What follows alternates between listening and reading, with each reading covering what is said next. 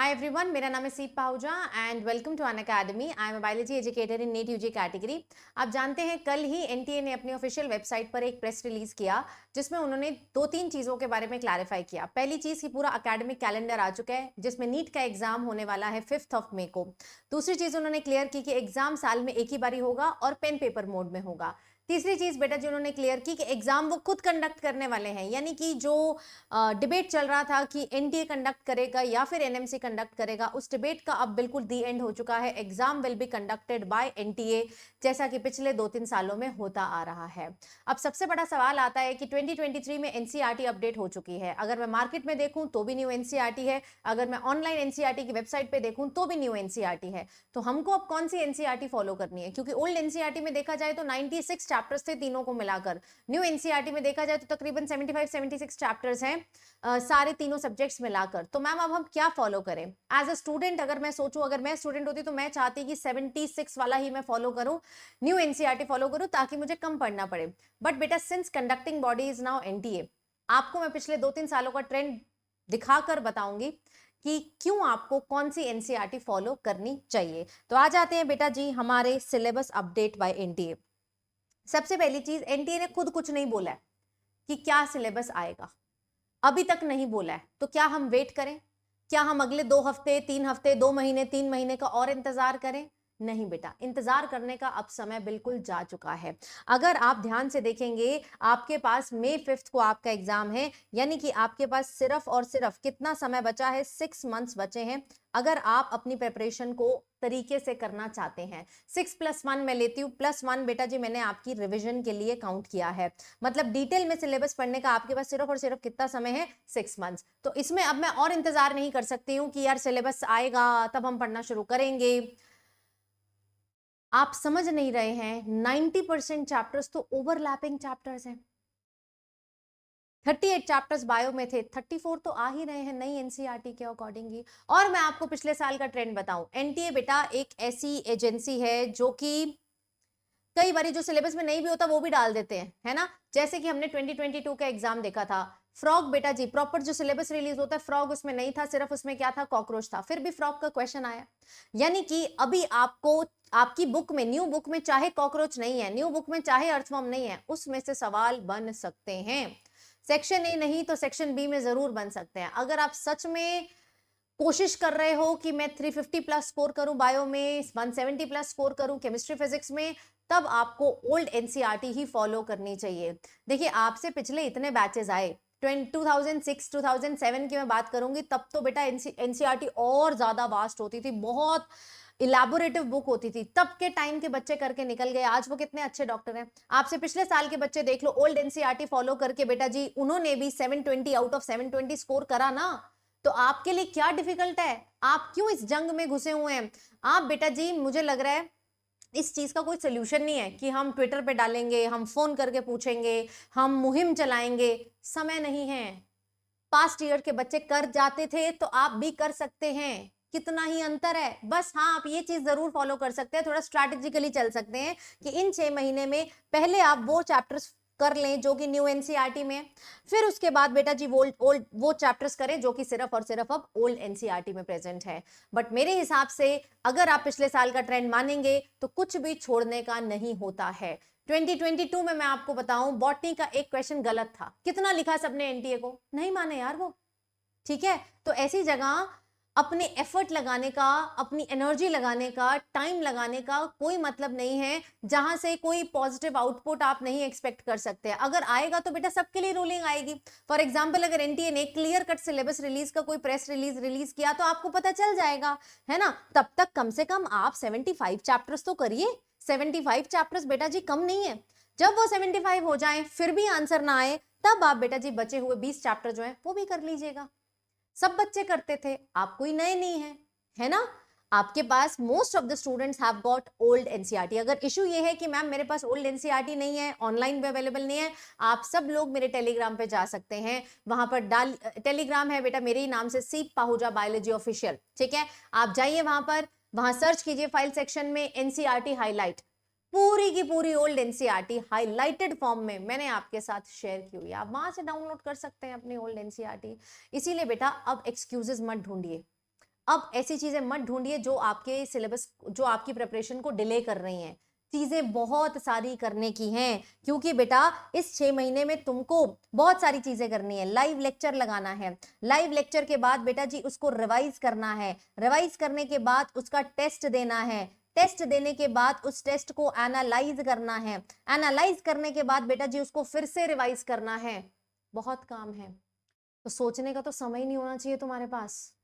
Simple सा फंडा है, पुरानी पहले नई एनसीईआरटी के अकॉर्डिंग सारे 75-76 चैप्टर्स कर लो, फिर जो टाइम बचेगा उसमें आप न्यू ओल्ड वाले चैप्टर कर लेना। मतलब आपका टारगेट होना चाहिए कि मैं किसी तरीके से जनवरी तक, जनवरी एंड या फरवरी मिड तक अपना सिलेबस पूरा करूं एंड उसके बाद उसको एक्सटेंसिवली रिवाइज करूं।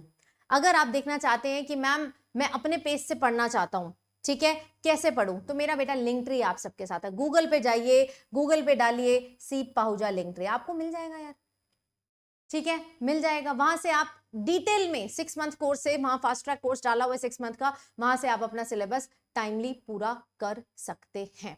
ठीक है जी, ये बात बिल्कुल क्लियर हो गई है। तो इसीलिए अब अपनी एनर्जी उस जगह बिल्कुल भी मत लगाएं जहां से कुछ फायदा नहीं होने वाला है। सीरियस हो जाओ, सिंसियर हो जाओ। इस समय पानी यहां तक आ चुका है, अगर तुमने थोड़ा सा और टाइम वेस्ट किया, पानी जब नाक के ऊपर आ जाता है ना बेटा, सांस नहीं ले जाती, फिर कोई आके बचा नहीं पाएगा, कोई क्रैश कोर्स नहीं बचा पाएगा, कोई 1 डे 1 चैप्टर नहीं बचा पाएगा, कोई बेटा जी सुपर फास्ट कोर्स या 12 घंटे में पूरा सिलेबस कराने का कोर्स नहीं बचा पाएगा। जो एफर्ट आप आज कर सकते हैं वो एफर्ट आप अगले 6 महीने बाद नहीं कर सकते हैं। स्पेशली क्लास 12th वाले बच्चे जिन्होंने बोर्ड्स भी लिखने हैं, आपको डबल मेहनत लगेगी। अभी थोड़ा थोड़ा आप अपना क्लास 11th का पोर्शन साथ साथ करते जाइए।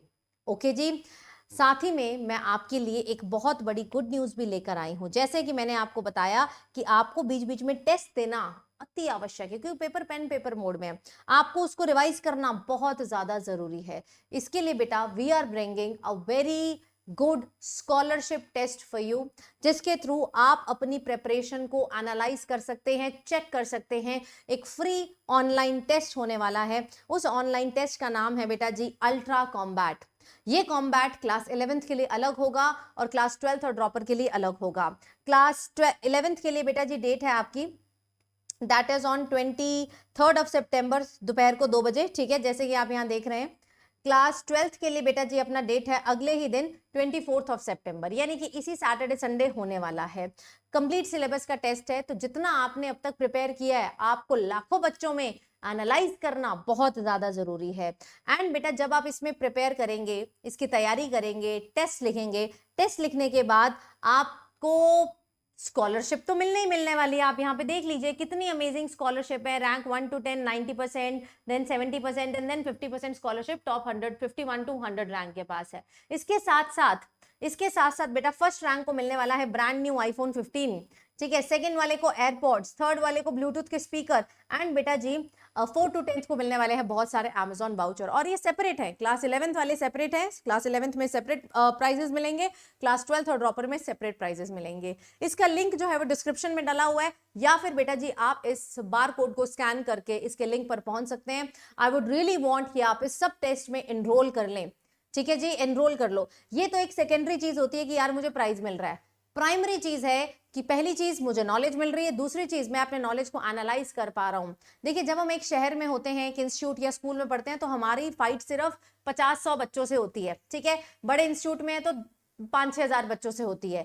लेकिन जब आप ऑल इंडिया लेवल पर किसी टेस्ट को देते हैं तब आपको रियलिटी पता चलती है, क्योंकि नीट का एग्जाम आपके शहर का एग्जाम नहीं है, आपके इंस्टीट्यूट का एग्जाम नहीं है, नीट का एग्जाम ऑल इंडिया लेवल का एग्जाम है। तो इस ऑल इंडिया लेवल के एग्जाम के लिए आपको ऑल इंडिया लेवल पर टेस्ट देना बहुत ज्यादा जरूरी है, और इसी से आप अपनी फ्यूचर स्ट्रैटेजी बना पाएंगे।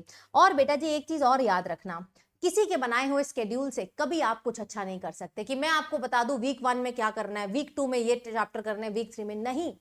आपको अपना स्केड्यूल खुद बनाना पड़ेगा। अपने सेट ऑफ टीचर्स चूज कर लो कि यार मुझे इसी मैम से बायो पढ़नी है, इन्हीं से फिजिक्स पढ़नी है, इन्हीं से केमिस्ट्री पढ़नी है, उन्हीं टीचर्स का स्केड्यूल आप फॉलो करें। अल्टीमेटली करना हर चैप्टर है, चाहे उस चैप्टर में से 10 सवाल आए, चाहे उस चैप्टर में से 1 सवाल आए, इंपॉर्टेंस हर एक चैप्टर की है। जैसे मैं आपको रेगुलरली यहाँ पर लाइव बायो पढ़ा रही हूँ, यहाँ पर फ्री ऑफ कॉस्ट कोर्स चल रहा है, आप डेली 4 बजे आकर यहाँ पर ज्वाइन कर सकते हैं। मेरे टेलीग्राम पे जुड़े रहो, वहां पर मैं लाइव क्लास का लिंक और पीडीएफ शेयर करती हूँ आपके साथ। सेम वे आपको फिजिक्स और केमिस्ट्री का भी एक अपना सारथी चूज कर लेना है, गाइड चूज कर लेना है, जिससे आपको समझ आता है। टीचर सब अच्छे, इंस्टीट्यूट सब अच्छे, मैं हमेशा बोलती हूँ, जिससे आपको समझ आता है उसके साथ जुड़ जाओ एंड उसी लहजे में चलते जाओ। 1 मिनट भी अपना वेस्ट मत करो और बहुत स्मार्टली काम करो। ये सबको पता है कि यार क्या करना है, डूज क्या है, लेकिन इस टाइम पे अगले 6 महीने ये जानना बहुत जरूरी है कि क्या नहीं करना है। तो अपनी जितनी भी डिस्ट्रैक्शन सी, जो भी आपको परेशान करता था, आपका टाइम वेस्ट करता था, be it social media, be it any friend, be it any gaming addiction, उन सबको बेटा साइड पे रखने का समय आ गया है। क्योंकि 22 लाख बच्चों में से सिलेक्शन सिर्फ 1 लाख का होना है, तो कंपटीशन बहुत हाई है। उसमें भी अगर हम ये सोचेंगे कि यार मैं ये एनसीईआरटी पढ़ूं, ये एनसीईआरटी, तो यार वही में आपका रैंक डिसाइड हो जाएगा। अगर आप सोच रहे हैं ना मैं न्यू एनसीईआरटी पढ़ के चला जाऊं, 2 क्वेश्चन बेटा, सिर्फ 2 क्वेश्चन पर सब्जेक्ट अगर ओल्ड वाले में से आ गए ना, बस वही रैंक डिसाइडिंग हो जाएंगे। तो हम वो स्कोप ही क्यों छोड़े?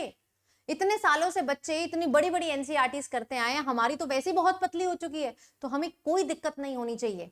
ठीक है जी, तो स्ट्रांग बनिए, कॉम्बैट में एनरोल कर लीजिए और मुझे कमेंट्स में बताइए कि आपका इस पे क्या ख्याल है, आप क्या सोचते हैं और एनरोल किया या फिर नहीं किया। Thank you so much guys, I will see you in my another video. Good bye.